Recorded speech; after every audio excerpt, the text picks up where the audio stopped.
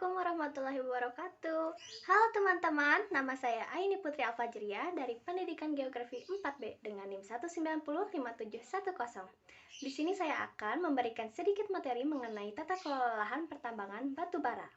Oke, tanpa berlama lagi, ayo kita mulai pembahasannya. Oke, pertama-tama kita akan mengetahui pengertian dari lahan. Apa itu lahan? Secara ringkas, lahan adalah hamparan di muka bumi berupa suatu tembereng sistem terestrik yang merupakan suatu perpaduan sejumlah sumber daya alam dan binaan. Lahan merupakan penjelmaan keseluruhan faktor atau kakas di suatu tapak yang mempengaruhi atau berperan dalam kehidupan suatu makhluk atau masyarakat makhluk. Dan menurut pengertian ekologi, lahan adalah habitat.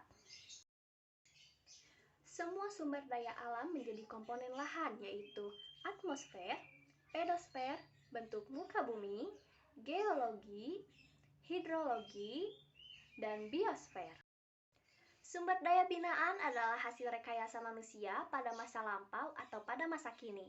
Sumber daya binaan menjadi komponen lahan apabila kehadirannya berpengaruh penting atas penggunaan lahan pada masa kini dan pada masa yang mendatang, seperti waduk, hamparan sawah, kawasan industri, jaringan jalan besar, kota, dan lain-lain. Jadi, komponen lahan ialah segala tampakan dan gejala baik yang bersifat tetap maupun yang bersifat mendaur yang menentukan nilai guna lahan untuk manusia. Oke, selanjutnya kita akan membahas mengenai penambangan. Penambangan ada berbagai jenis. Yang paling sederhana ialah penggalian tanah untuk bahan mentah dalam pembuatan genting, bata, barang tembikar, serta penggalian batu dan pasir untuk bahan bangunan. Hal ini dapat dilakukan perorangan maupun keluarga. Meskipun tampak sederhana, namun dampaknya atas lahan tidak dapat diabaikan. Penggalian tersebut pertama-tama merusak bentuk muka lahan menjadi bercekung-cekung. Cekung-cekung tersebut menimbulkan persoalan tata air pada musim basah dengan terjadinya genangan-genangan air yang terpencar tidak keruan dan sulit diatur. Persoalan ini terutama menonjol di tapak-tapak penggalian tanah. Namun pada penggalian batu dan pasir, persoalan tata air dapat dikatakan kecil karena lahan batu dan pasir berdaya serap tinggi sehingga genangan air cepat hilang. Karena penggaliannya biasanya dangkal, perusakan bentuk muka lahan meluas dengan cepat. Selanjutnya kita akan membahas penambangan cebakan dan batu bara. Penambangan cebakan dan batu bara mendampak jauh lebih berat daripada penambangan tanah, batu, pasir, dan pasir besi karena menimbuni lahan kawasan penambangan dengan buangan tambang dan cerih yang sebagian akan menjalar menutupi lahan tetangga. Kegawatan dampak tergantung pada macam cebakan. Makin gawat dampaknya, semakin kecil prospek keberhasilan pemugaran harkat lahan. Lalu penambangan terbuka merusak bentuk muka lahan secara besar-besaran yang tidak mungkin direklamasi dan kerusakannya bersifat tetap. Mengambil lahan luas sehingga banyak mengurangi ketersediaan lahan bagi memenuhi keperluan lain, kecuali penambangan daerah yang lahannya bagi keperluan lain tidak bernilai.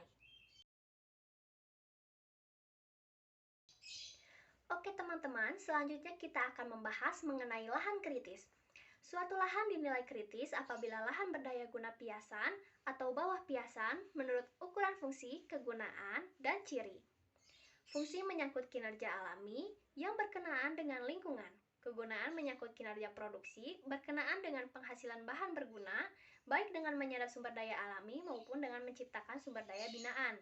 Dan ciri menyangkut keistimewaan wujud yang berkenaan dengan ekosistem.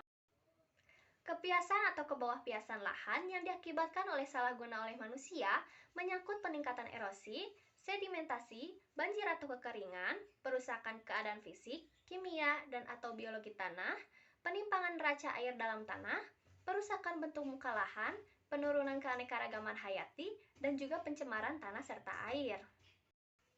Kekritisan lahan dapat bersifat aktual atau potensial. Kekritisan aktual ialah keadaan kritis yang sudah mewujud, sedangkan kekritisan potensial ialah keadaan yang rentan menjadi kritis. Kerentanan dapat ada karena faktor biofisik alami seperti lereng yang menyebabkan tanah rentan erosi, struktur geologi yang menyebabkan lahan rentan longsor, dan daerah bencana alam seperti gempa bumi, volcano aktif, dan banjir. Kerentanan dapat ada karena faktor antropogen seperti mendirikan pabrik kimia, pembukaan hutan, dan pemupukan lahan pertanian. Selanjutnya kita akan membahas mengenai memugar lahan kritis. Memugar berarti mengembalikan lahan kritis ke keadaan seperti semula yang tidak kritis. Dapat juga berarti menyingkirkan faktor-faktor yang dapat menimbulkan keadaan kritis. Menghilangkan kekritisan dapat dilakukan dengan cara membiarkan lahan tidak terusik atau memberikan suatu perlakuan tertentu kepada lahan. Cara pertama dapat dilakukan jika diperkirakan lahan dapat memugar diri sendiri. Memugar diri sendiri hanya dapat diharapkan apabila kerusakan lahan belum melampaui ambang batas kelentingannya.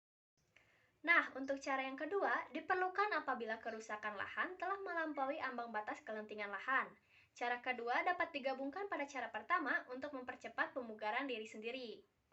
Lalu kita juga dapat menghilangkan faktor yang dapat menimbulkan keadaan kritis dengan cara membenahi peruntukan lahan berdasarkan konsep daya dukung, menggunakan teknologi produksi yang menghasilkan limbah minimal, dan menerapkan pengelolaan limbah.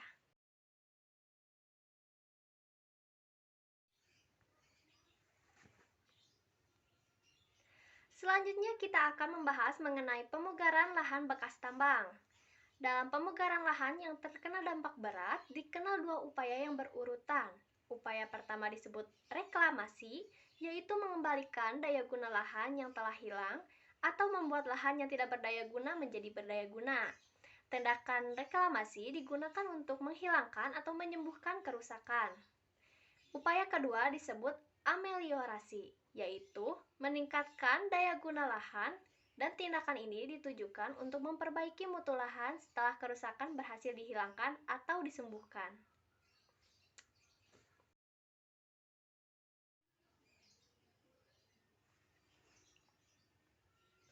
Reklamasi lahan yang terkena buangan tambang dan lebih-lebih yang terkena cerik tidak saja sulit, akan tetapi juga sangat mahal dan memakan waktu yang lama.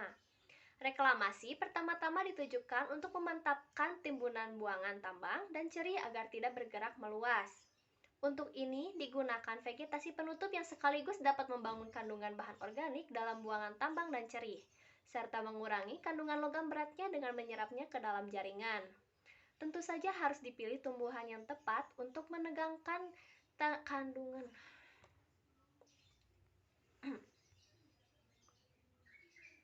Tentu saja harus dipilih tumbuhan yang dapat menegangkan kandungan logam berat tinggi dalam jaringannya. Belum diketahui tumbuhan apa yang ada di Indonesia yang berdaya tegang tinggi. Tentu saja harus dipilih tumbuhan yang dapat menegangkan kandungan logam berat tinggi dalam jaringannya. Belum diketahui tumbuhan apa yang ada di Indonesia yang berdaya tegang tinggi terhadap logam berat. Yang baru diketahui ialah tumbuhan air eceng gondok yang dapat digunakan membersihkan badan air dari logam berat.